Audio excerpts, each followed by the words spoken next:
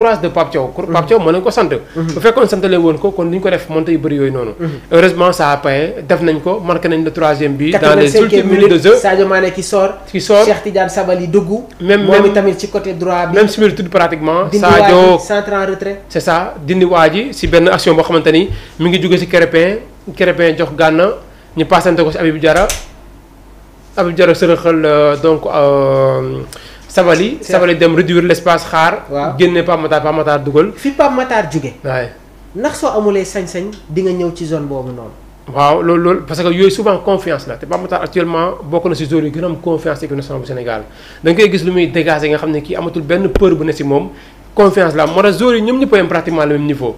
lenn mooy seen différence muy confiance. te Pape Matar actuellement am na confiance te vraiment mi ngi koy dégager. te bii bu mu dugal ça montre que ni confiance la am dem na ba si point de pénalty bi laaj fa ballon bi. ñu gën a retrait boo xam ne retrait bu sori la. parce que y avait plus de joueurs congolais. que de joueurs que de sénégalais. pratiquement booy xool 2-3 la ñu woon si surface de réparation bu Congo bi. Pape Matar Sarr loin des buts mais quand même mujj na passe def un tir au premier poteau marqué ko. mu nekk le 3e but mu nekk en tout cas un but libérateur nekk actuellement le meilleur buteur sénégalais. si les éliminatoires avec 3 buts marqués. donc derrière l'Algérien Amoury xaw ma Amoura bu marqué 6 buts déjà. ak Bouanga bu Gabon moom it 6 buts marqués également donc chapeau également à tout le groupe. pour man sax le soutien également apporté du banc aussi tamit. mais bokk na si aussi match bi mënaguñ ko tas foofu.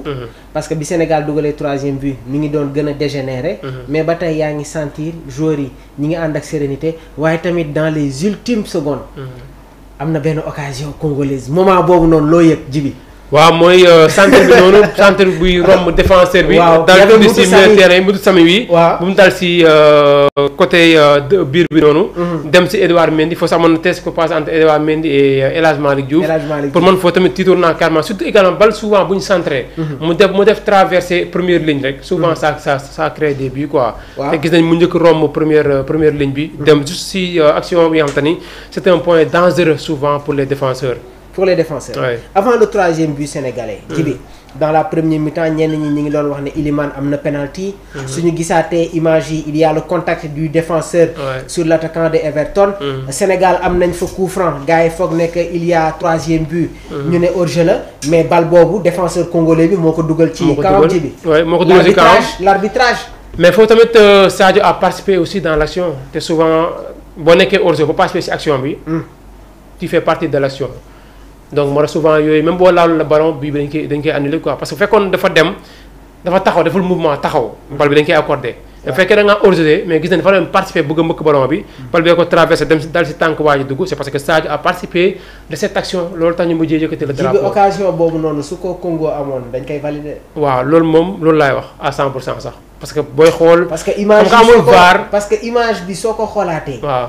man je pense que but boobu mënoon nañ ko valider. man jusqu'à présent sax man réalisateur waroon nañu gën a montrer si ban action la Sadio Mané hors-jeu moo tax comme que amul VAR amul ralenti. parce que man je pense que am na kuy def couverture seen ak central. bu gauche bi mi ngi def couverture ci action bi. ci Sadio. waaw xam nga tellement affaire bi moo gaaw fi caméra bi nekkee. waaw suñ ko orienté woon man je pense que Sadio mi ngi ci ligne bi mi ngi ci zone bi ba tey. waaw bon. comme xamul VAR te réalisateur yi tamit amuñu woon assez de caméra pour jëm la filmer ligne bi pour xool kan moo devancer carrément si ñu nekkoon ci biir surface yëpp. day xaw a compliqué ñu action bu ñu leen wan mooy toujours rek Sadio la yaram bi génn boo motul mu hors-jeu mais est-ce que mu hors-jeu ba léegi loolu rek lañ mën a jàpp quoi mu hors-jeu mais en tout cas bon comme ni nga wax léegi rek bu ko Congo amoon arbitre da koy accordé moom du sa yëkkati drapeau bi. très bien alors Djibi defal nga ñu li nga xamante ne moom mooy say analyse. ñëw nga sur l'analyse du premier acte. ñëw nga sur les ajustements ak la stratégie en seconde période. léegi nag da ngay indi rek sa appréciation parce que su ma la dégguwee rek. sur les clés tactiques ñëw nga ci li nga xamante ne moom mooy l'utilisation du milieu de terrain à 3 avec des profils complémentaires pour stabiliser le jeu et récupérer derrière. ñëw nga sur la titularisation de Jackson en pointe. bi nga xamante ne permettre na ñu am une nouvelle dimension dans le jeu offensif parce que moom am na li nga xamante ne moom mooy cette capacité jeu dos au but déviation ak li nga xamante ne moom mooy cette présence aérienne ñëw nga tamit ci li nga xamante ne moom mooy le pressing sélectif et en deuxième période pour étouffer la relance congolaise wax nga tamit ci li nga xamante ne moom mooy l'adaptation rapide aux phases du match, mental fort pour gérer l'adversité malgré un déficit de 2 buts, l'exploitation des espaces sur les flancs via Sabali et Mané créant des situations de centre dangereux, waaye tamit l'organisation défensive solide et rigoureuse en fin de match malgré une ambiance hostile dans le stade. En résumé, su ma la déggee, en conclusion, le Sénégal a proposé une structure tactique flexible et intelligente combinant expérience physique et technique pour inverser la tendance initiale, l'adaptation en cours de match du système de jeu. Cette adaptation dans le système, parce que Pape Thiaw ñi ngi si doon insister, les jeux de triangle yi nga xamante ne gis nañ ko sur les précédentes rencontres, donc c'est une analyse technique et intégrale bi nga xamante ne tey jii permettre nañu ñu résumer vraiment ce match bi nga xamante ne Sénégal mi ngi ko doon football ak équipe bi di RDC, qui s'est soldée par une victoire écrasante, une victoire succulente de l'équipe nationale du Sénégal, cette remontada historique qui restera gravée dans les annales du football au stade des martyrs, le Sénégal qui martyrise la RDC sur un score de 3-2, mérité. Bravo aux Lions, bravo à Djibi sur tes analyses pertinentes bi nga xamante ne def nga ko ci biir émission. Bravo à toi aussi et à toute l'équipe aussi des Sport Live 221 de DKR. ndax démb déjà yéen a ngi fi woon di def liggéey bi.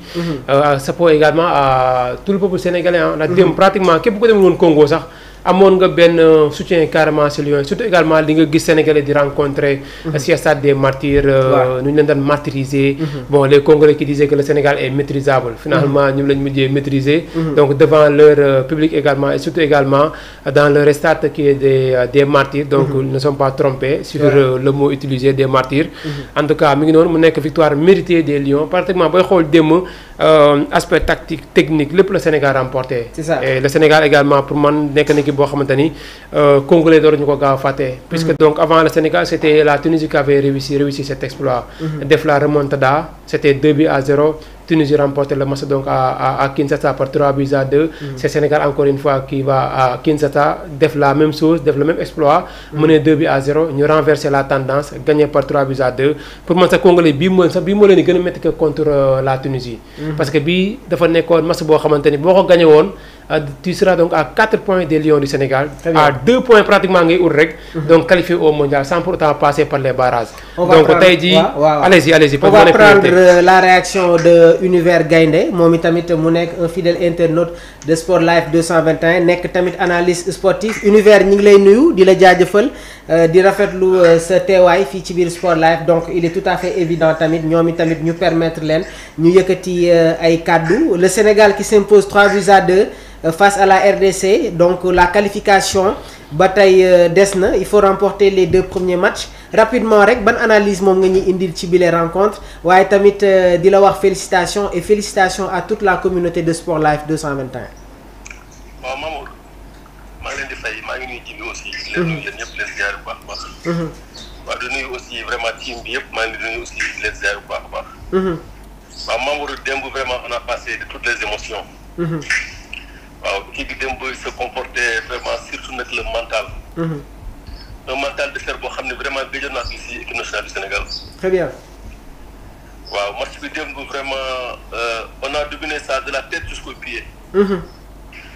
waaw démb daal luñ ci mën si dégg rek démb équipe du Sénégal bi vraiment daal am nañ ci kontaan bu mag a mag a mag a mag. 85e minute de jeu, Pape Thiaw opéré changement, génne Sadio Mané, jugal Cheikh Tidiane Sabali. Quelques minutes après, une phase offensive, ñu gis Cheikh Tidiane Sabali ci première action mu dindi waa ji réduire espace bi, cette passe en retrait pour Pape Matar Sarr, le 3e but sénégalais. Quelle a été ta réaction? Quel a été son sentiment sur le 3e but des Lions? waaw Mamour démb gis nañu un coaching gagnant de Pape Thiaw quoi. Parce que man je me disais que Pape Matar Sarr, malgré sa dynamique qu'il avait montré contre le Soudan, on devait le reconduire. Man moom sama 11 partant la kii woon quoi. Si la ñëwoon. Mais ne serait-ce que demee nag parce que il a def na bu nga xam ne depuis 85 minutes mu xaar comme de gis nañu Congolais yi ñuy reculer. mu ne xaaral mu indi du 109 quoi. Très bien. waaw Cheikh Tidiane Sabali moom bi quoi qu'on dise c'est un joker de luxe. sortie merci beaucoup. entrée sortie de banc yu muy def yëpp. vraiment moom daf ci génn Sénégal. c'est ça. merci beaucoup Univers ñu ngi lay jaajëfal bu baax di jaajëfal tamit. bonne émission ñu ngi bu baax. merci beaucoup Univers ñu ngi lay jaajëfal bu baax a baax. sur li nga xamante ne moom mooy ton analyse donc voilà comme ni mu ko waxee donc sax maa ngi doon gis. Cette réaction de Pape Thiaw Djibi on a terminé mais bon nee na il fallait pas insister avec les longs ballons quand c'est verrouillé devant il faut faire tourner le ballon et contourner le bloc et je pense que c'est en jouant comme ça qu'on a pu marquer le 3e but Pape Thiaw soo koy dégg mu wax da ngay xam ne que vraiment c'est quelqu'un qui maîtrise son projet. waaye tamit c'est un tacticien pour terminer notre débat du jour. waaw Pape Thiaw moom vraiment en tout cas jusqu'à présent. Sénégalais ñi ngi koy gën di nangul. puisque donc au début c'était difficile mais léegi vu les derniers matchs yu mu def yëpp bon son parcours sax laay wax ah matchs yu mu joué yëpp booy xool. Sénégal souvent du décevoir quoi. day joué dina def lu mu war def. même fekkee ni la fois passée contre Soudan gis nga match bi jeexee critique yu amoon Sénégal produit de beaux jeux.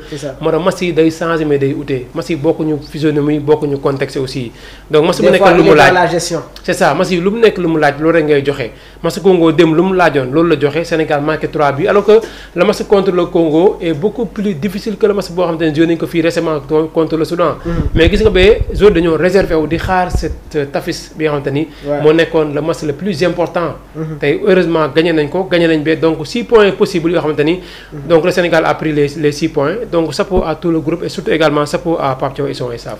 Chapeau à Pape Thiaw, chapeau à son staff, chapeau aux joueurs, chapeau au peuple sénégalais, chapeau à Djibi Niang, à toute l'équipe de Sport Life 221 di leen remercier bu baax a baax yéen tamit yi nga xamante ne yéen a ngi nekkoon ci bile live donc ñoom Papis Gueye Papis ñu ngi koy jaajëfal bu baax moom tamit daf ñuy suivre tout le temps ci Sport Life 221 donc ñoom Fallou Goumbala ñoom Afia Ndiaye donc Univers Gaynde